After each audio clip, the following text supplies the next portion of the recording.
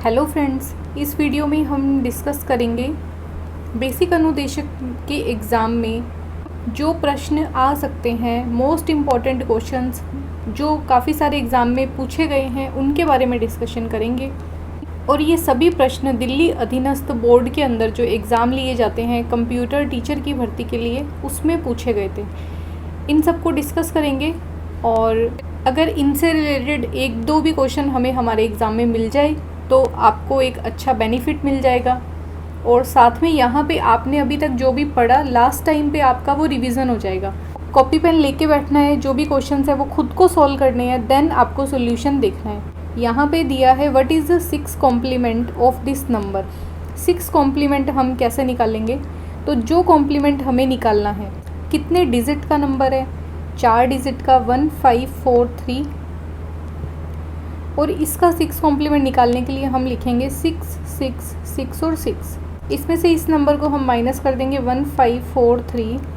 Number हमें मिलेगा 6 में से 4 गए 2, 1 और 5, 5 1 2 3। ये हो जाएगा इसका 6 कॉम्प्लीमेंट। यहाँ पे करेक्ट आंसर हो जाएगा ऑप्शन नंबर 3। नेक्स्ट क्वेश्चन है, ये ऑपरेटिंग सिस्टम का क्वेश्चन है। Which one of these is not a condition of resource deadlock. देखो, डेडलॉक लगने की कौन कौन सी कंडीशन होती है? अगर आपने कोई रिसोर्स होल्ड कर ली और आप दूसरी रिसोर्स का वेट कर रहे हो, इस वजह से डेडलॉक लग जाता है। अगर कोई सर्कुलर वेट कर रहा है, जैसे R1 जो है वो R2 की रिसोर्सेज का वेट कर रही है और R2 R1 की रिसोर्सेज का वेट कर रही है, इन दोनों को ही नहीं पता कि हम दोनों आपस में सर्कुलर वेट करने लग गए और ये सिस्टम डेडलॉक में चला जाता है। नॉन शेयरेबल रिसोर्सेज को आपने यूज़ कर लिया और वो आप होल्ड करके बैठे हो सकता है उस रिसोर्सेज की किसी अदर प्रोसेस को भी ज़रूरत हो, तो क्या होगा? डेडलॉक लग जाएगा। बट प्रीएम्पशन, डेडलॉक की कंडीशन के लिए होता है नॉन प्रीएम्पशन। प्रीएम्पशन होता है किसी चलती हुई प्रोसेस को रोकना। अगर आप किसी चलती हुई प्रोसेस को रोक सकते हो तो जो प्रोसेस कोई रिसोर्स को होल्ड करके बैठी है, आप उससे वो रिसोर्स वापस ले सकते हो, तब तो डेडलॉक लगना ही नहीं चाहिए। बट यहाँ पे कंडीशन होती है नॉन प्रीएम्पशन की। अगर आपका जो सिस्टम है, जो प्रोसेस है, वो बीच में नहीं रोक सकते आप चलने के बाद में, तब आपके डेडलॉक के चांसेस हो जाते हैं। तो ये कंडीशन यहाँ पे गलत है, जो कि रिसोर्स डेडलॉक के लिए रिस्पॉन्सिबल कंडीशन नहीं है। नेक्स्ट क्वेश्चन है, मेमोरी यूनिट बतानी है और डिसेंडिंग ऑर्डर में आपको इसे अरेंज करना है। Gigabyte, MB, megabyte, exabyte, zettabyte, petabyte और योटाबाइट। इस तरीके से भी मेमोरी ऑर्गेनाइजेशन का क्वेश्चन आ सकता है। तो सबसे पहले आप बताओ, सबसे छोटी मेमोरी यहाँ पे कौन सी है? एमबी। हम एमबी को सबसे लास्ट में लिख लेंगे। देखो, इन तीनों ऑप्शन में एमबी लास्ट में है, ये ऑप्शन आप हटा दो, है ना, फर्स्ट ऑप्शन हट जाएगा। इसके बाद आता है गीगाबाइट, मतलब जीबी। जीबी यहाँ पे आ जाएगा। जीबी के बाद आपको पता है क्या आता है? टीबी, बट टीबी यहाँ पे दिया नहीं है। टीबी के बाद में आता है पीबी, ठीक है। पीबी मतलब पेटाबाइट। तो यहाँ पे एमबी, जीबी और पीबी, यहाँ पे देखो जेटाबाइट तो बहुत बड़ी यूनिट हो जाती है और एक्साबाइट भी बड़ी है, पीबी छोटा होता है, पेटाबाइट। तो करेक्ट आंसर हो जाएगा ऑप्शन नंबर 4। एलिमिनेशन करके किसी आंसर को एलिमिनेट करके भी इस तरीके से हम हमारे क्वेश्चन तक या हम हमारे आंसर तक थोड़ा जल्दी पहुंच सकते हैं। नेक्स्ट क्वेश्चन है, what is the function of program counter register. मैंने आपको बताया था सीपीयू के 3 भाग होते हैं, सीयू, एमयू और एएलयू, जिसमें एमयू जो है उस मेमोरी यूनिट को ही बोला जाता है रजिस्टर। रजिस्टर जो है वो सीपीयू की अपनी खुद की मेमोरी होती है। रजिस्टर बहुत सारे टाइप के होते हैं। प्रोग्राम काउंटर रजिस्टर को हम पीसी रजिस्टर भी बोलते हैं। एक एक्यूमुलेटर रजिस्टर होता है, मेमोरी एड्रेस रजिस्टर होते हैं, MBR register, memory buffer register, या फिर एमडीआर, मेमोरी डेटा रजिस्टर। तो रजिस्टर बहुत सारे टाइप के हैं, जिसमें बात हो रही है पीसी की, प्रोग्राम काउंटर की। और ये इतना ज़्यादा रिपीटेड क्वेश्चन है, हर एग्ज़ाम में लगभग ये क्वेश्चन पूछा जाता है। तो प्रोग्राम काउंटर को लेके आपको अपने दिमाग में हमेशा क्लियर करना है। जैसे मान लेते हैं ये हमारी मेमोरी है, मेमोरी बिल्कुल सिक्वेंशियल होती है, 101, 102, 103 और 104। कोई गाना हमने सेव कर रखा है 102 और 103 लोकेशन के ऊपर। अभी सीपीयू ने क्या कर रखा है, 102 नंबर वाली लोकेशन पे गाने का मान लेते हैं 2-3-4 मिनट आगे के गाने का जो है वो 102 में है और पीछे के 3-4 मिनट हैं 3 में, कंटिन्यूस गाना सेव होगा। तो 102 जब चल रहा है मेमोरी डेटा रजिस्टर में तो वो गाना है, ये गाना रखा हुआ कहाँ पे है, वो होता है मेमोरी एड्रेस रजिस्टर। तो मेमोरी एड्रेस रजिस्टर रखेगा 102, मतलब जहाँ से आपने डेटा को अभी उठाया और सीपीयू उसके ऊपर काम कर रहा है उस मेमोरी का एड्रेस रखता है MER, मेमोरी एड्रेस रजिस्टर। और प्रोग्राम काउंटर क्या रखता है, अभी हाल फिलहाल तो सीपीयू जो है 102 वाली इंस्ट्रक्शन पे काम कर रहा है, बट आने वाले टाइम में वो किसे चालू करेगा, 103 वाली इंस्ट्रक्शन को। नेक्स्ट इंस्ट्रक्शन जो अभी एग्जीक्यूट होने वाली है उसका एड्रेस रखता है PC. It hold the address of next instruction, it hold the address of current instruction. तो करंट इंस्ट्रक्शन का एड्रेस तो ये नहीं रखेगा, करंट इंस्ट्रक्शन का एड्रेस रखेगा मेमोरी एड्रेस रजिस्टर, और प्रीवियस का भी ये नहीं रखता, ये रखेगा नेक्स्ट इंस्ट्रक्शन का एड्रेस। नेक्स्ट क्वेश्चन है, information about each process in operating system is maintained by. जैसे हमने देखा है प्रोसेस मैनेजमेंट, तो प्रोसेस का जब मैनेजमेंट किया जाता है सीपीयू किस प्रोसेस को टाइम देगा। रैम में बहुत सारी प्रोसेस होती है, P1, P2, P3, P4, P5। आपके सीपीयू किस टाइप का है और साथ में उसके ऊपर ऑपरेटिंग सिस्टम आपने कौन सा लगा रखा है, मल्टी टास्किंग है, मल्टी प्रोग्रामिंग है, जिस टाइप का भी आपका ऑपरेटिंग सिस्टम होगा वैसा ही वो काम करेगा। तो इन सब प्रोसेस के बीच में हमें शेड्यूलिंग करनी पड़ती है और प्रत्येक प्रोसेस के अंदर क्या डेटा है और उसे अब क्या डिमांड है। यहाँ पे हम मान लेते हैं सीपीयू काम कर रहा है मल्टीटास्किंग पे। मल्टीटास्किंग का मैंने आपको एग्जांपल बताया था, प्रत्येक प्रोसेस को सीपीयू सिर्फ 2-2 मिनट का टाइम देगा या फिर 30-40 सेकेंड का टाइम देगा। पहले आई P1, तो P1 को इसने 30 सेकेंड का टाइम दिया, उसके बाद इसने P1 को कॉन्टेक्ट स्विच कर दिया उसी जगह पे जहाँ से उसने उठाया, फिर उसने P2 को लिया और उसने कॉन्टेक्ट स्विच कर दिया, फिर उसने P3 को लिया, कॉन्टेक्ट स्विच कर दिया। इस तरीके से सीपीयू इतना जल्दी ज़्यादा कॉन्टेक्ट स्विच करता है कि नॉर्मल यूज़र को पता ही नहीं चलता कि सीपीयू इतनी सारी जो प्रोसेस है उनके बीच में स्विच कर रहा है। अब अगली बार जब हम P1 को लोड करेंगे वापस से सीपीयू में बचा हुआ काम करवाने के लिए, तो सीपीयू को ये पता होना चाहिए कि ये प्रोसेस है कौन सी और इससे पहले मैंने उसका कितना काम कंप्लीट कर दिया, हो सकता है 20% किया, तो वो सीपीयू को पता होना चाहिए। इसलिए प्रत्येक प्रोसेस का अपना एक अलग पीसीबी होता है, प्रोसेस कंट्रोल ब्लॉक, जिसमें प्रोसेस की आईडी, प्रोसेस ने क्या क्या रिसोर्सेज को लिया वो चीज़ें, उसको कौन सी मेमोरी में रखा गया है वो सारी इन्फॉर्मेशन, उसको अब और कौन कौन से जो काम है उसके पेंडिंग है फॉर एग्जीक्यूशन, वो सारी डिटेल प्रोसेस से रिलेटेड होती है पीसीबी में। जितनी बार सीपीयू उसे वापस से रैम में भेजेगा, कॉन्टेक्ट स्विच करेगा, पीसीबी सेव होता है और अगेन जैसे ही वो प्रोसेस लोड होती है सीपीयू में तो वो पीसीबी वापस से क्या होता है, एक्टिवेट हो जाता है। इस तरह से प्रोसेस के बारे में जो इन्फॉर्मेशन रखी जाती है ऑपरेटिंग सिस्टम के द्वारा मेंटेन की जाती है वो रखी हुई होती है पीसीबी के अंदर, प्रोसेस कंट्रोल ब्लॉक के अंदर। Next question, which component of computer act as nerve system. अपना जो नर्वस सिस्टम होता है, तंत्रिका तंत्र जिसे हम बोलते हैं, वैसे ही कंप्यूटर का नर्वस सिस्टम क्या होता है, स्टोरेज यूनिट, ये तो एक मेमोरी यूनिट है जिसमें हम डेटा रखते हैं। अर्थमेटिकल लॉजिकल यूनिट सिर्फ प्लस माइनस करने के लिए, मल्टीप्लिकेशन करने के लिए काम आता है। इनपुट यूनिट सिर्फ एंटर करने के लिए, तो यहाँ पे करेक्ट आंसर हो जाएगा कंट्रोल यूनिट जो है वो नर्वस सिस्टम की तरह काम करता है। नेक्स्ट क्वेश्चन है, ये दोनों वैल्यूज़ दी हैं बाइनरी में, इन दोनों का हमें प्रोडक्ट करना है, मतलब मल्टीप्लिकेशन करना है। या तो आप डायरेक्ट इसे करो या फिर हम क्या कर सकते हैं, इन दोनों नंबर को ही आप डेसिमल में कन्वर्ट कर लो और डेसिमल में कन्वर्ट करने के बाद हमें किसी नंबर का मल्टीप्लिकेशन करना आता है, जो रिज़ल्ट आए उसको आप वापस से बाइनरी में कन्वर्ट कर दो। देखो एग्ज़ाम में आपको कैसे करना है वो अब हम एक बार इसको सॉल्व करके देखेंगे। ये 1 पे, ये 2 पे, 4, 8 नहीं लेना और 16 और 3 हो गए 19, तो ये तो है डेसिमल का 19। ये है 2 पे, 4 पे, ये 8 पे नहीं लेना और 16 वाला लेना है, 16 और 4 20 और 2 22, ये नंबर है 22। 22 और 19 का हमें करना है मल्टीप्लिकेशन। 9 दूनी 18, 9 दूनी 18 और 2 20 और 1 21, फिर 2 एकम 2 और 2 4, ये नंबर आ जाएगा 418। अब इस नंबर को जो हमें रिजल्ट मिला इसे हम बाइनरी में कन्वर्ट करेंगे। बाइनरी में कन्वर्ट करने के लिए देखो 128 और 128 के बाद 256, 256 के बाद 512, 512 तो ज़्यादा हो जाएगा, हमें 256 पे 1 लिखना है। अब 418 में से 256 को आप माइनस कर दो,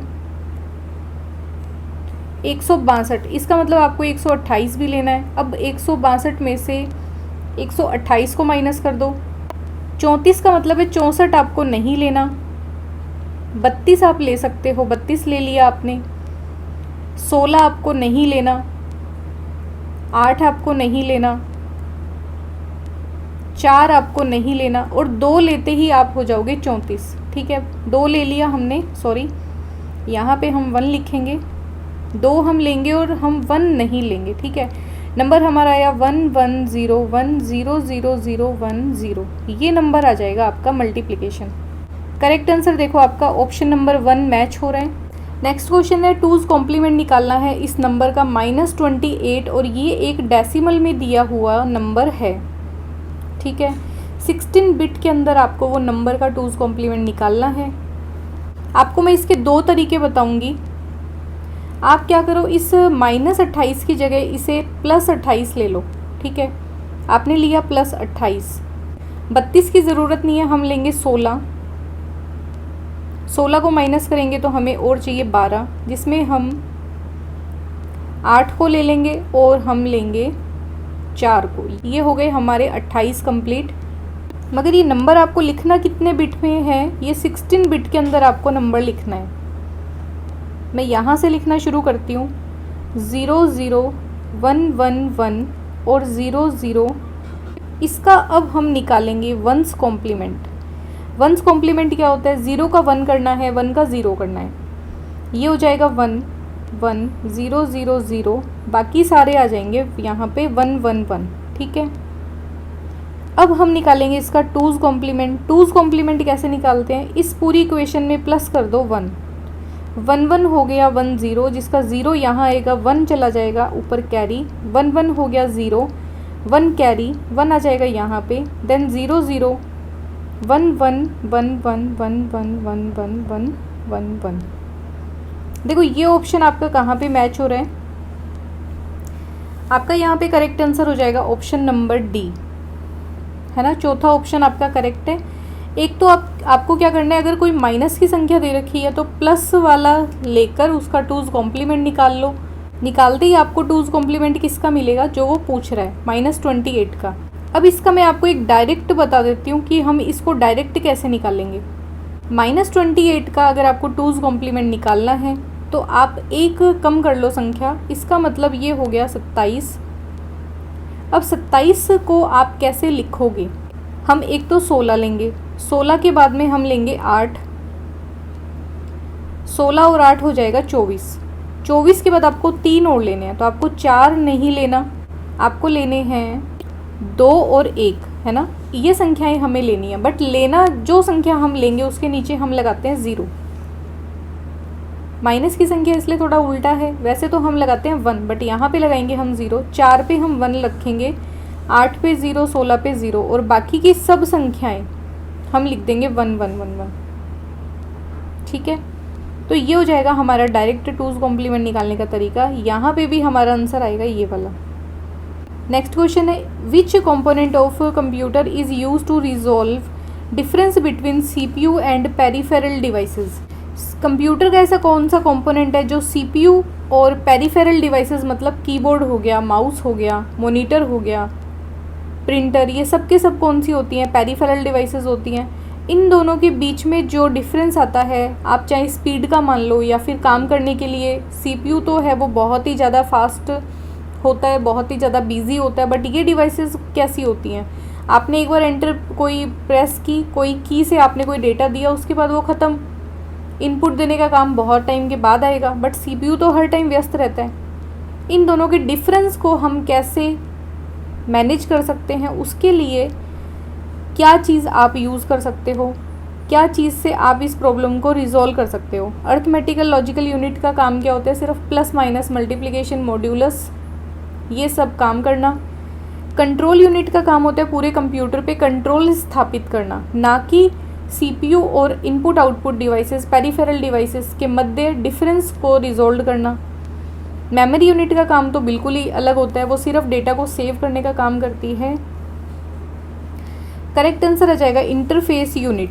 तो इंटरफेस यूनिट एक ऐसी यूनिट है जो हमारे इनपुट आउटपुट डिवाइसेस या पेरिफेरल डिवाइसेस से जुड़ी हुई होती है, और इंटरफेस यूनिट फिर जुड़ी हुई होती है आगे सीपीयू से। मतलब पेरिफेरल डिवाइसेस और सीपीयू जो है उन दोनों के बीच इंटरफेस यूनिट होती है जो कंट्रोल करती है इन दोनों के बीच में डिफरेंसेस को। करेक्ट आंसर हो जाएगा option number 3। Which translator is use to convert assembly language to machine language. अब भाषा कौन सी है, असेंबली। जब भी असेंबली भाषा के कोड को हमें मशीन भाषा में कन्वर्ट करना है तो एक ही ट्रांसलेटर का हम यूज़ करेंगे, उसका नाम है असेंबलर। याद करने में भी हमें कोई ज़्यादा दिक्कत नहीं होती क्योंकि असेंबली भाषा है, उसका ट्रांसलेटर भी असेंबलर है। करेक्ट आंसर हो जाएगा ऑप्शन नंबर 3। आपको एक चीज़ ध्यान करनी है, असेंबली भाषा जो है वो इंग्लिश में भी लिखती है, हाई लेवल लैंग्वेज में भी लिखती है, और ऐड करना है किसका ऐड करना है, 2 नंबर का ऐड करना है। तो जो नंबर हम देंगे वो हम बाइनरी लैंग्वेज में देंगे, जो इंस्ट्रक्शन या जो ऑपरेशन उस पर करना है वो हम इंग्लिश में देते हैं, जैसे ऐड या फिर सब्ट्रैक्ट, डिवाइड। इस कोड को हाई लेवल भाषा, इंग्लिश भाषा और मशीन भाषा के कॉम्बिनेशन से लिखे हुए कोड को बोला जाता है नेमोनिक्स। और ये क्वेश्चन काफ़ी बार रिपीटेडली पूछा जाता है, असेंबली भाषा में लिखे गए कोड को क्या कहा जाता है, उसे बोला जाता है निमोनिक्स। और असेंबली भाषा को मशीन में कन्वर्ट करने के लिए, मशीन भाषा में कन्वर्ट करने के लिए उसका अपना एक पर्सनल ट्रांसलेटर होता है, assembler. Next question, which logical gate is known as universal gate. हालांकि डिजिटल इलेक्ट्रॉनिक्स जो है वो बेसिक अनुदेशक के सिलेबस में उन्होंने नहीं दे रखी, बट ये बिल्कुल बेसिक है और आपको ये आना ही चाहिए। मैं आपको 2 चीज़ें बता देती हूँ। जैसे यूनिवर्सल गेट जो हैं वो 2 ही तरह के होते हैं, एक होता है नैंड और दूसरा होता है नॉर। इन दोनों के आप सिर्फ नाम याद रख लेना, अगर आपको ये देखने को मिले तो आप इनको सेलेक्ट कर लेना। ये यूनिवर्सल गेट होते हैं, और यूनिवर्सल मतलब अगर आपके पास नैंड और नॉर में से कोई भी एक गेट है तो आप कुछ भी गेट बना सकते हो, है ना। नॉर भी बना सकते हो, और बना सकते हो, एक्सोर बना सकते हो, नोट बना सकते हो, कोई भी गेट बना सकते हो नैंड और नोर की सहायता से, या सिंपल नैंड से भी बना सकते हो, सिंपल नोर से भी बना सकते हो। तो इस वजह से इनको हम यूनिवर्सल गेट बोलते हैं। यहाँ पे करेक्ट आंसर हो जाएगा option number 4। What is the representation of 4589। एक डेसिमल का नंबर है जिसे BCD में कन्वर्ट करना है। नंबर को आप क्या करोगे, 4589 दूर दूर लिख लो। BCD का नाम है बाइनरी कोडेड डेसिमल। आपको यदि BCD में कन्वर्ट करना है, आपके पास नंबर डेसिमल होना चाहिए, सबसे पहली कंडीशन। अगर यहाँ पे नंबर दिया होता ऑक्टेल में तो आप ऑक्टेल से पहले डेसिमल में कन्वर्ट करते, उसके बाद उसका BCD आप निकालते। अब अगर डेसिमल में नंबर दिया है तो प्रत्येक डिजिट को आप 4 बिट में लिख दो। 9 को लिख दो आप 4 बिट में 1001, 8 को भी 4 बिट में 1000, 5 को भी 4 बिट में 101 और आगे लगा दो 0। 4 को भी लिखेंगे हम 4 बिट में 0100। अब इस पूरे के पूरे क्वेश्चन को एक साथ लिख लो, 0100, 0101, 1000, 1001।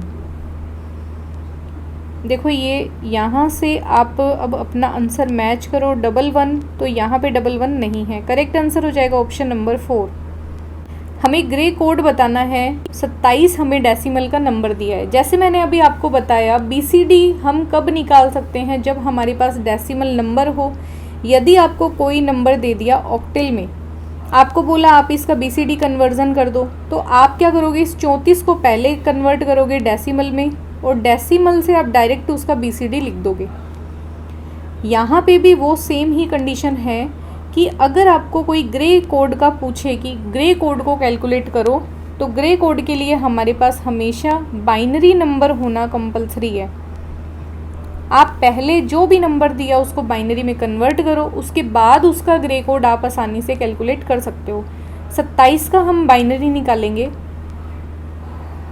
16 ले लेंगे, 8 ले लेंगे, देन हमें 4 नहीं लेना और 3 ले लेंगे। अब इसका हम निकालेंगे ग्रे कोड, ठीक है। तो ग्रे कोड कैसे निकालते हैं, पहला नंबर आप एज इट इज़ लिख लो, फिर दोनों नंबर को कंपेयर करो कि 1 और 1 दोनों सेम है या अलग अलग है। 1 1 दोनों सेम है, सेम होने की कंडीशन में हम 0 लिखते हैं। फिर दोनों नंबर को कंपेयर करो 1 0, 1 और 0 दोनों अलग अलग हैं, अलग अलग की कंडीशन में हम 1 लिखते हैं। फिर 0 1 को कंपेयर करो, दोनों अलग हैं इसलिए 1 आएगा। फिर 1 1 को कंपेयर करो, दोनों सेम है इसलिए 0 आएगा। ये हो गया इसका ग्रे कन्वर्ज़न। तो यहाँ पे जो हमारा सही ऑप्शन है वो मैच हो रहा है ऑप्शन नंबर 1। एक डेसिमल नंबर दिया है, उसके हमें इक्विवेलेंट निकालना है बाइनरी का नंबर। 25 आप डायरेक्ट निकाल लो, 16 ले लो और 8 ले लो। 8 निकलेते ही हो जाएंगे 24। एक और लेना है तो आप 4 मत लो, 2 मत लो, 1 ले लो, है ना। ये तो हो गया 25 की बाइनरी। यहाँ पे आप अगर 25 की बाइनरी ही निकाल लोगे तो आपको ऑप्शन मिल जाएगा, बट आगे का भी हम सॉल्व करेंगे। 6 2 5 मैंने बताया था भाग करना है, साथ में गुणा करना है। यदि कोई डेसिमल नंबर को किसी भी नंबर में कन्वर्ट करना है तो हमें पॉइंट से लेफ़्ट साइड वाले नंबर को भाग देना है, पॉइंट से राइट वाले साइड के नंबर को गुणा करना है। किससे गुणा करना है, किससे भाग करना है, तो जिस चीज़ में हम कन्वर्ट करना चाहते हैं, जिस नंबर सिस्टम में हम कन्वर्ट करना चाहते हैं, यहाँ पे हम कन्वर्ट कर रहे हैं बाइनरी में, तो हम बाइनरी से ही गुणा करेंगे। 5 दूनी 10, 1 आया, 2 दूनी 4 5 और 6 दूनी 12। 3 डिजिट का नंबर है तो आपके यहाँ पे 3 डिजिट ही होने चाहिए। एक जो आपको कैरी मिला वो यहाँ आ जाएगा। फिर आप 2 से मल्टीप्लाई करो, 2 5 10, 2 दूनी 4 और 1 5। इस पर कुछ भी कैरी नहीं आया, 0 आ जाएगा। फिर आप 2 से मल्टीप्लाई करो तो आ जाएगा 2 5 10। अब यहाँ 0 आ गया, इसका मतलब ऊपर से नीचे की तरफ लिखेंगे 101, पॉइंट के बाद आ जाएगा 101। करेक्ट आंसर हो जाएगा ऑप्शन नंबर 2। एक डेसिमल नंबर्स को अगर हमें बाइनरी कोडेड एनकोडर में बदलना है तो हमें कितने इनपुट चाहिए और कितने आउटपुट चाहिए। ये मेरे को क्वेश्चन अच्छा लगा और ऐसे कॉन्सेप्चुअल क्वेश्चन है ये। हमें ये पता है कि डेसिमल की प्रत्येक डिजिट को हमें यदि बीसीडी में कन्वर्ट करना है तो 4 डिजिट के हमें ग्रुप बनाने पड़ते हैं। फॉर एग्जांपल 49 कोई डेसिमल का नंबर है, इसको बीसीडी में कन्वर्ट करने के लिए 9 को आप 4 बिट में लिखो 1001, 4 को 4 डिजिट में लिखो 1 0 0 और 0, है ना। उसके लिए ये पूछ रहा है कि ऐसा जो सिस्टम है कि आप 4 बिट के बनाओगे, इस टाइप के एनकोडर में कितने इनपुट होंगे और कितने आउटपुट होंगे। पहले तो हम यहाँ पे बना लेते हैं एक एनकोडर।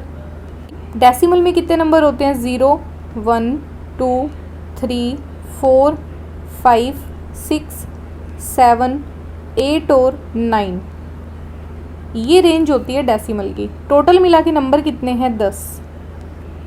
अब इसमें प्रत्येक डिजिट चाहे वो 0 आए, 1 आए, 2 आए, 3 आए, इन सब डिजिट को हमें क्या करना है, 4 बिट के अंदर कन्वर्ट करना होता है ना। ये बात हमने सीखी थी।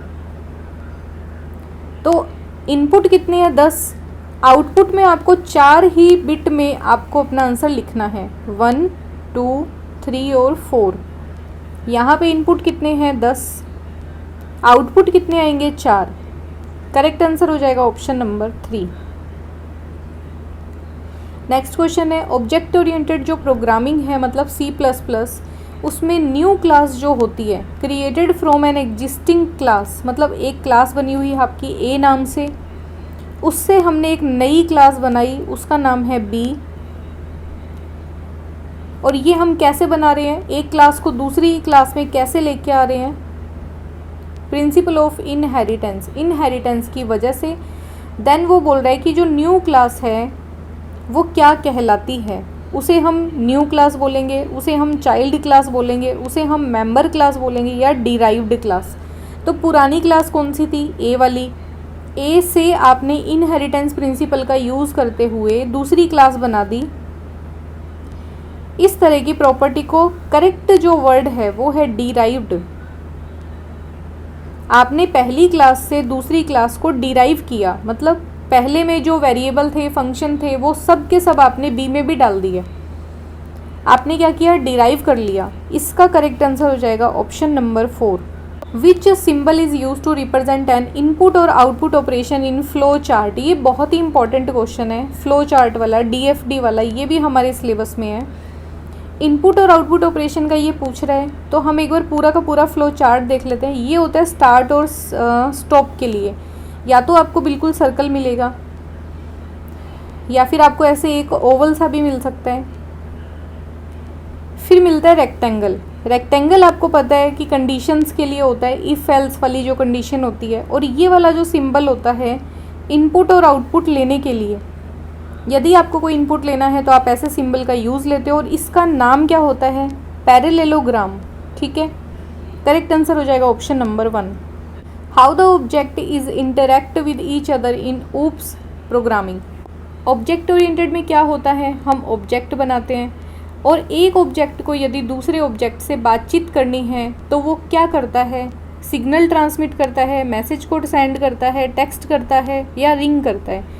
तो रिंग देखो, वो कोई फ़ोन तो रखता नहीं है पर्सनली और सिग्नल भी ट्रांसमिट नहीं करता। उसके पास कांटेक्ट करने का, इंटरेक्ट करने का क्या साधन होता है, by sending messages. Object oriented के फीचर कौन से नहीं हैं, तो C++ में मैंने आपको जब सिलेबस डिस्कशन किया था ये बोला था, यदि आपने C++ को हाथ नहीं भी लगाया तो भी 10वीं क्लास की जो बुक है उसमें ऊप्स के 5-7 कॉन्सेप्ट हैं, जैसे inheritance, polymorphism, operator overloading, method overloading, data hiding, data abstraction. ये सब आप पढ़ के चले जाओ, आपको एक क्वेश्चन मिल जाएगा। बात करें कौन सा नहीं है, पॉलीमॉर्फिज्म तो होता है, एब्स्ट्रैक्शन भी होता है जिसे मैंने आपको डेटा एब्स्ट्रैक्शन के नाम से बताया था, इनहेरिटेंस भी ये होता है, मेन फंक्शन है ये तो। एबडक्शन कुछ नहीं होता। करेक्ट आंसर हो जाएगा ये जो है वो ऊप प्रोग्रामिंग में नहीं है। नेक्स्ट क्वेश्चन है, which of the following is not an attribute of good programming language. कौन सा एक गुड प्रोग्रामिंग लैंग्वेज का एट्रीब्यूट नहीं है। Easy of program verification, program का वेरिफिकेशन आसानी से हो जाए तो ये तो गुड प्रोग्रामिंग का एक फीचर होता है। क्लैरिटी होनी चाहिए, सिंप्लिसिटी होनी चाहिए, यूनिटी मतलब एक साथ में एकजुटता होनी चाहिए कोड में, ये भी अच्छी बात है।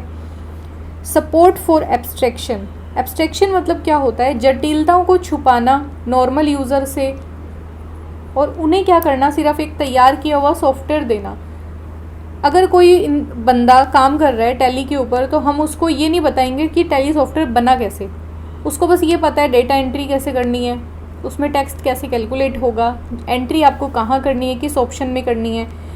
तो हम क्या करते हैं, जटिलताओं को छुपा लेते हैं, उसको सिर्फ हम एक सॉफ्टवेयर बनाया देते हैं। ये होना चाहिए आपकी गुड प्रोग्रामिंग का, ये एक एट्रीब्यूट है। पोर्टेबिलिटी क्या होती है, आपका एक तो लैपटॉप है घर पे, एक आपका कंप्यूटर है ऑफिस में, एक आपने कहीं और रख रखा है किसी क्लाइंट के पास। तो एक कंप्यूटर में तो वो सॉफ्टवेयर अच्छा चल रहा है बट दूसरे में चलाते ही वो एरर दे रहा है, वो चल नहीं रहा।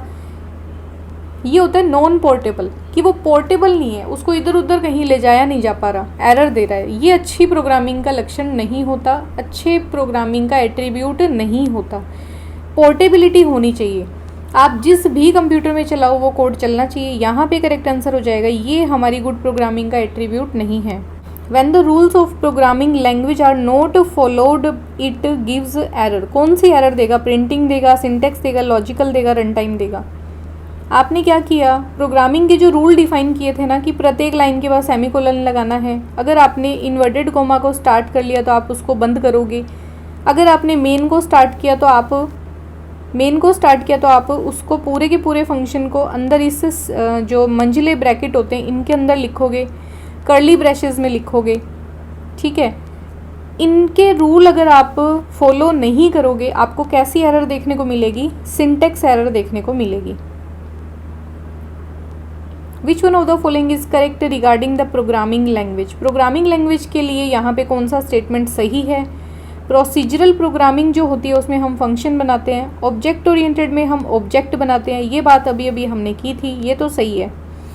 और लॉजिकल प्रोग्रामिंग में हम फंक्शन बनाते हैं, फंक्शनल प्रोग्रामिंग में हम लॉजिकल यूनिट बनाते हैं। यहाँ पे जो एग्जैक्ट हमारा आंसर सही है वो है 2। नेक्स्ट क्वेश्चन है the speed of super computer is measured in. तो हम पढ़ते हैं फ्लॉप्स के अंदर सुपर कंप्यूटर की स्पीड को मापा जाता है। इसका फुल फॉर्म क्या होगा? Floating point operation per hour, मतलब 1 घंटे में आप कितने ऑपरेशन कर रहे हो फ्लोटिंग पॉइंट वाले। फ्लोटिंग पॉइंट ऑपरेशन पर second, floating point operation per day या पर मिनट। यहाँ पे बात होती है PS, प्रत्येक सेकंड में आप कितने फ्लोटिंग पॉइंट ऑपरेशन करोगे, वो होती है सुपर कंप्यूटर की speed. A complete binary tree have n leaf nodes, what is the number of node with the degree of 2। एक ट्री के अंदर पूछा है डिग्री 2 के कितनी नोड्स होंगी यदि n लीफ नोड हैं तो हम ट्री बना के देखेंगे। मान लेते हैं n है 4, तो 1 2 3 और 4 ये 4 हैं हमारी लीफ नोड जिनके आगे कोई चिल्ड्रन नहीं है। इन दोनों का एक पेरेंट होगा जिसको हम पेरेंट 1 देते हैं नाम, इन दोनों का पेरेंट 2 और इन दोनों का पेरेंट 3। इस ट्री में कितनी नोड हैं जो जिनकी डिग्री 2 है? डिग्री 2 का मतलब नीचे चिल्ड्रन 2 हैं, ठीक है। तो एक तो P3 हो गया, दूसरा P1 और तीसरा P2। अगर 4 नोड होती हैं तो 2 डिग्री वाली 3 नोड हमें मिलती है। एक एक्सपेरिमेंट और करते हैं। यदि लीफ नोड होंगी हमारी 8, 1 2 3 4 5 6 7 और 8, इन दोनों का पेरेंट 1, इन दोनों का पेरेंट 2, इन दोनों का पेरेंट 3, इन दोनों का पेरेंट 4, फिर इन दोनों का पेरेंट 5, इन दोनों का पेरेंट 6 और इन दोनों का पेरेंट 7। कितनी नोड है? एक जिसकी 2 नोड जिसकी 2 डिग्री है, फिर 2 जिसकी 2 डिग्री है, फिर 3 2 डिग्री वाला, फिर 4 2 डिग्री वाला, 5 2 डिग्री वाला, 6 2 डिग्री वाला और 7। मतलब ये हो गया कि आपके पास जितनी लीफ नोड है उनसे एक कम 2 डिग्री की नोड हमारे पास होती है। यहाँ पे करेक्ट आंसर हो जाएगा ऑप्शन नंबर 2। वीडियो आपको कैसा लगा मुझे ज़रूर बताएं और अगर चैनल पे नए हैं तो चैनल को सब्सक्राइब कर लें और साथ में बेल आइकन को भी प्रेस कर लें ताकि लेटेस्ट वीडियो की अपडेट आपको टाइम से मिलती रहे। मिलते हैं नेक्स्ट वीडियो में। Thanks for watching.